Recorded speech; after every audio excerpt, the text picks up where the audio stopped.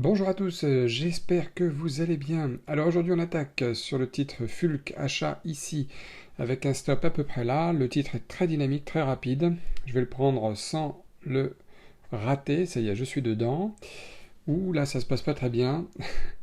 Ouh, oh là, je vais sortir très rapidement je pense. Là c'est pas bon signe du tout.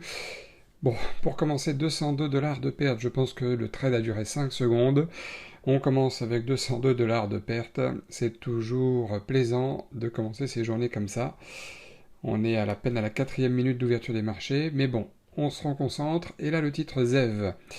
Je vais l'acheter sans trop tarder aussi parce que là, il a l'air de bien monter le titre et il est très impulsif. Et le risque de ne pas le prendre, vous voyez les volumes, de ne pas le prendre trop tôt, c'est de le rater tout simplement. Regardez ici, là, je vais peut-être mettre un point de renforcement à ce niveau-là.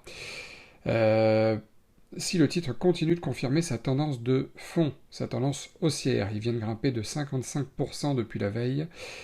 Le titre Fulk sur lequel j'ai perdu, lui aussi c'est presque pareil, 48% à peu près.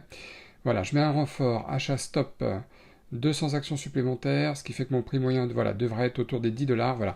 Tout de suite, je suis pareil à 149, 150 dollars. Ah, ça redescend un petit peu.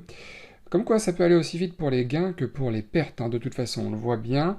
Mais c'est... Ouh là, c'est en train de se retourner.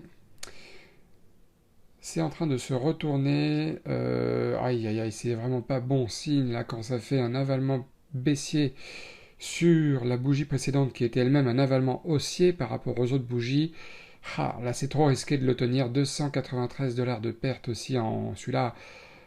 Un peu plus de 5 secondes, on va dire 1 minute. Aïe, aïe, aïe. Là, je vais shorter le titre Baba, avec un stop à peu près là. Je shorte Baba. Mais là, ce qui se passe, c'est que à ce moment précis de la journée, je vais vendre immédiatement Baba. Enfin, je veux dire, je vais sortir de Baba avec une petite perte. Parce que là, dans l'état d'esprit où je suis, je viens de perdre 2 fois. Baba est très beau, là, sur le graphique 1 minute, mais quand je regarde le graphique 15 minutes, il n'est pas si beau que ça, le graphique jour non plus. Et vous verrez après, comme quoi mon instinct m'a confirmé de sortir de Baba rapidement pour pas faire trop de bêtises, pour pas vouloir se refaire trop rapidement. Vous voyez, Alibaba, voilà, on se retrouve là, voilà, Alibaba, vous voyez où j'ai shorté il y a quelques secondes, voilà où mon stop aurait été touché ici avec encore une fois une perte de 200 dollars. Je l'ai pris de manière trop impulsive, le titre Alibaba, et du coup, c'est pas bon. Donc 37 dollars de perte sur Alibaba. Donc là, pour tout vous dire, on est déjà à 530, 540 dollars de perte, grosso modo, déjà, en même pas un quart d'heure. C'est pas facile pour le moral. Et là, vous voyez, je vais racheter le titre ZEV qui refait un signal acheteur. Je vais le racheter avec 350 actions qui sont déjà programmées. C'est un ordre d'achat stop. Parce qu'il est toujours beau d'un point de vue graphique. Voilà, je suis dans le marché. Si j'attends trop pour le prendre, il peut aussi exploser et donc me faire rater le titre. J'ai un stop qui va être placé à peu près là. D'accord. Donc, il faut tenir le coup. Et c'est très très important. Vous verrez dans cette vidéo hein, les résultats complets à la fin de cette journée, le résultat de cette journée à la fin de cette vidéo. Ouh là, le titre se retourne encore. C'est vrai que quand on est dans ce genre de configuration, là, ce sera mon dernier trade s'il est perdant. Eh bien, on n'est pas rassuré, bien entendu. On a l'impression que tout va mal, que tout est raté. À chaque fois quand on rentre sur un marché et que on pensait être au bon timing et que ce n'est pas le cas, eh bien c'est douloureux. Beaucoup d'entre vous, beaucoup de jeunes peut-être traders auraient eu tendance à sortir là maintenant en voyant que on n'est pas tout de suite dans le vert sur le titre ZEV. Et là, vous voyez, 2 minutes après, on a une énorme bougie impulsive, celle que j'attendais, qui a déclenché mon alerte. Mais est-ce que je vais sortir maintenant? Non. Regardez le carnet d'ordre à droite, comme il y a beaucoup plus d'ordre d'achat à gauche que d'ordre de vente, enfin d'ordre exécuté, hein, toujours pareil. Regardez ici le time and sell comme il bouge énormément. Voilà, ça c'est une autre indication que le marché est très haussier. Voilà, regardez à peu près où j'en suis, là déjà rien que ça, voilà, j'ai compensé ma perte sur ZEV. Ah, mais là qu'est-ce qu'on voit? Plus rien ne bouge. Ce sont des choses qui arrivent sur les titres qui cotent généralement moins de 20 dollars. C'est qu'on a un arrêt de comptation. Vous voyez ici le statut est vert et là il devient rouge. Statut suspendu. Statut du cours de l'action qui est suspendue pour quelques secondes, quelques minutes, quelques dizaines de minutes. Je n'en sais rien à ce moment précis de la journée, j'en savais rien. Mais pour l'instant, je reste, pardon, parce que je ne peux pas sortir, même si je le voulais.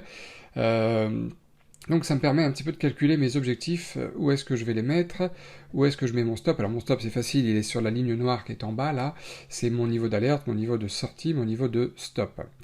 Voilà, on a dû attendre 2-3 minutes, le marché réouvre de nouveau, et là, il faut être vraiment patient. Et c'est ce que je disais dans cette vidéo. Heureusement qu'il y a les pertes. Pourquoi? Parce que les pertes, ça vous oblige ensuite à respecter votre plan, et ceux qui suivent actuellement ma formation, mes coachings avec moi, et je sais qu'ils se reconnaîtront, savent de quoi je parle. Là, je me dis, super, le titre est en train de me faire gagner de l'argent, c'est vrai, mais si je sors maintenant, eh bien, on voit bien que 300 dollars là, de latent ne me permettront pas de compenser les pertes que j'ai accumulées au début de cette journée. Alors, bien entendu, ce n'est pas parce que j'ai perdu 500 euros ou dollars, pardon, que je souhaite gagner absolument 1000 dollars pour compenser les pertes parce que j'ai décidé d'un chiffre comme ça absolument au hasard. Fulk, vous voyez, je voulais l'acheter ici, avec un stop là, le reprendre, Fulk, mais je l'ai raté. Et là maintenant, ça devient un petit peu trop tard de le prendre. Mais regardez bien Fulk où il est. Hein. Regardez bien, souvenez-vous-en pour tout à l'heure. Donc je disais, c'est important de tenir ses trades. C'est important des fois de faire des pertes. C'est pas mauvais dans le sens où ça nous forge notre discipline pour tenir plus longtemps ses trades. Vous voyez, là voilà, le titre continue à grimper. Le titre continue à grimper, je suis déjà à 560 dollars, 540. Donc je pourrais sortir maintenant et être à zéro pour la journée, ce qui est tout à fait possible, mais j'ai comme dans l'idée qu'il peut grimper encore plus haut. Même si son range moyen de 70 cents est largement dépassé, puisque là on a fait à peu près 2,5 dollars de range moyen, ce genre de titre qui a des millions de volume est capable de faire bien plus. Bon, je viens de sortir avec une prise de bénéfice seulement 404 dollars. J'ai pris 350 actions sur 450. Donc il me reste, comme vous le voyez ici, 100 actions qui me rapportent actuellement 120 dollars. Donc je vais essayer de tenir cette position-là plus longtemps. Donc, d'ailleurs, si la vidéo vous plaît, merci de mettre un maximum de pouces.